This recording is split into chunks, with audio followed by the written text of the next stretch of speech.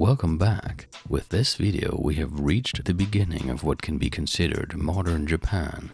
Now, before we continue, I would like to emphasize once more that we will only take a partial look at modern Japanese literature, namely at the beginning of it, and will then shift our focus to Japanese cinema, which began to take its first steps around this time. The main reason for that is quite simple. My original graduation thesis wasn't supposed to be longer than 100 pages, so there were certain points where I needed to cut some corners. And since the beginning of modern Japanese literature falls into the same time period as the beginning of Japanese cinema, this felt like a good point at which to transition to the next big chapter and shift the focus from literature to cinema. That is not to say, though, that I will stop mentioning Japanese literature altogether once we have reached the end of this video. Even when discussing cinema or video games, I will still point out some important works within Japanese literature when they are relevant to the respective topic. Okay, with that out of the way, let's talk about the beginning of the modern Japanese era.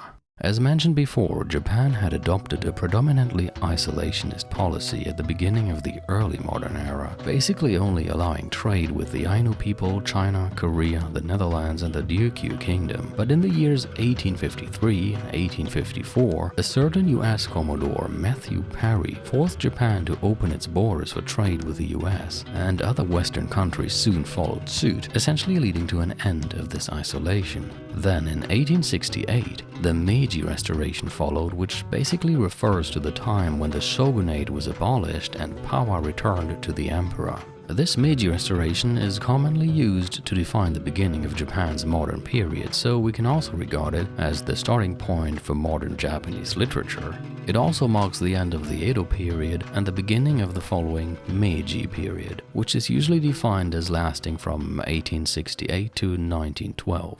Now, the end of Japan's self-isolation was followed by a partial negation of Edo culture and an increased interest in Western culture instead. That is not to say that everyone felt that way, of course, but the sentiment existed and was widespread enough to lead to new developments within various fields, including that of horror literature. For it was thanks to this interest in Western culture that the works of many influential non-Japanese authors such as Edgar Allan Poe or Mary Shelley found their way to Japan and became new sources of inspiration, similar to how Chinese classical ghost stories had once been a source of inspiration for kaidan writers. One interesting example of this is a certain author from back then who was so fond of Edgar Allan Poe's works that he chose to publish his own writings under a pen name that was basically a Japanese rendition of Poe's name. I'm talking about Edogawa Ranpo. And yeah, I know it doesn't exactly sound like Edgar Allan Poe if I read it like that, but basically Edoga would be Edgar, Waran would be Alan, and Po would be Poe. And this Edogawa Ranpo became a very famous and influential author who contributed greatly to the development of Japanese mystery novels and detective fiction. And here's a little fun fact: the protagonist in many of Ranpo's detective stories was called Akechi Kogoro, who probably served as inspiration for the detective character Akechi Goro in the video game Persona 5 from 2016. But okay, back to the beginnings of modern Japanese literature.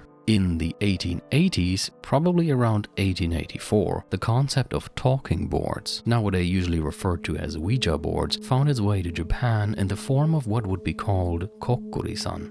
Kokkuri-san is a sort of game similar to Ouija boards where people try to contact a spirit and get it to answer their questions. Nowadays, it's mostly done by using a coin and a piece of paper with a yes, no, a Shinto gate, Japanese syllables, and sometimes also the characters for man and woman on it. But originally, people would tie together 3 bamboo rods to create a tripod, balance a tray or a lid on top of it, and use its tilting movements to determine the spirit's answers. In fact, that is where the name of this game comes from. It consists of kokkuri, which is an onomatopoeic word for nodding or tilting movement, which in this case refers to the tilting of the lid, and san, an honorific suffix that is usually attached to a name. So basically, it personifies the spirit that people supposedly converse with, calling it Mr. or Miss Kokkuri. Also, when referring to this game, sometimes the following 3 kanji were used to write the word kokkuri. These were retroactively assigned though, which means they are not the original way one would write kokkuri.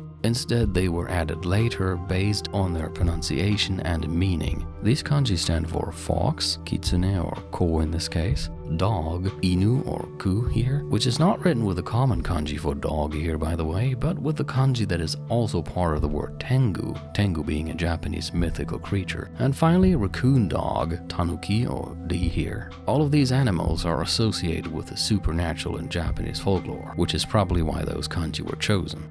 Now, Kokori-san itself is not literature, of course, so you might be asking yourself, why is he even talking about all that? Well, first of all, to this very day, you can find plenty of Japanese horror stories that revolve around Kokori-san. It's even been picked up by video games, so it has certainly left a lasting impression on the world of Japanese horror. But I'm also mentioning Kokori-san here because of the tremendous impact that this game had on the literary world back then. Because Kokori-san was such a huge success that its introduction to Japan in the 1880s made it one of the cornerstones of what would turn into the field of Japanese parapsychology and all the parapsychological literature that would be written thereafter for decades to come.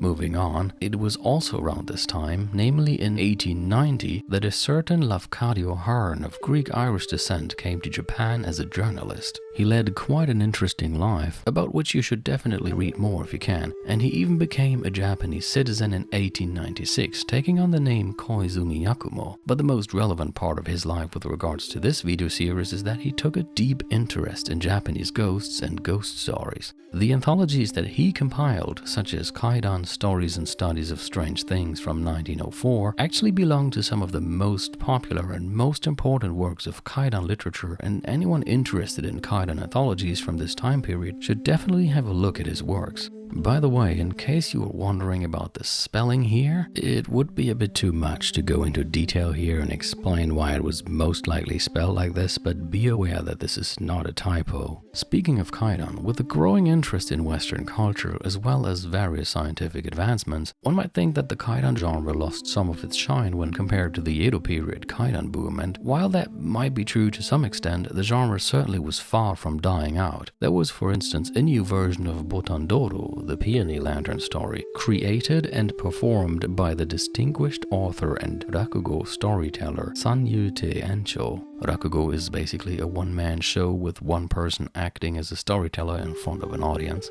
Sanyute Encho had already been active in the late Edo period from early modern Japan and was still active in the Meiji period from modern Japan, and he was responsible for creating various successful rakugo with Kaidan contents, this new version of Botandoro being one of them. Three other prominent figures are also quite noteworthy here, whose literature dealt with things like the supernatural and who knew and influenced each other at the beginning of the 20th century. They are Izumi Kyoka, Mizuno Yoshu, and Yanagita Kunio. Izumi Kyoka was a popular writer whose fiction often contained supernatural elements. Mizuno Yoshu was a poet, a writer, and a researcher of spiritual phenomena, and Yanagita Kunio is best known for his folkloric studies. He even earned himself the nickname Father of Japanese Folklore, since he was the first to try to establish a proper study of Japanese customs and folklore. Yanagita mostly concerned himself with folk legends, yokai, yurei, and the like, and one of his most famous and influential anthologies of folk legends is the To no Monogatari from 1910. His folkloric work also contained activities like discussing terms and definitions from the supernatural world, one example of this being his essay Yokai Dangi, which could be translated as discussions of or lecture about yokai. It was published in 1936 in the magazine Nihon Hyoron. Therein he discussed the difference between ghosts and yokai.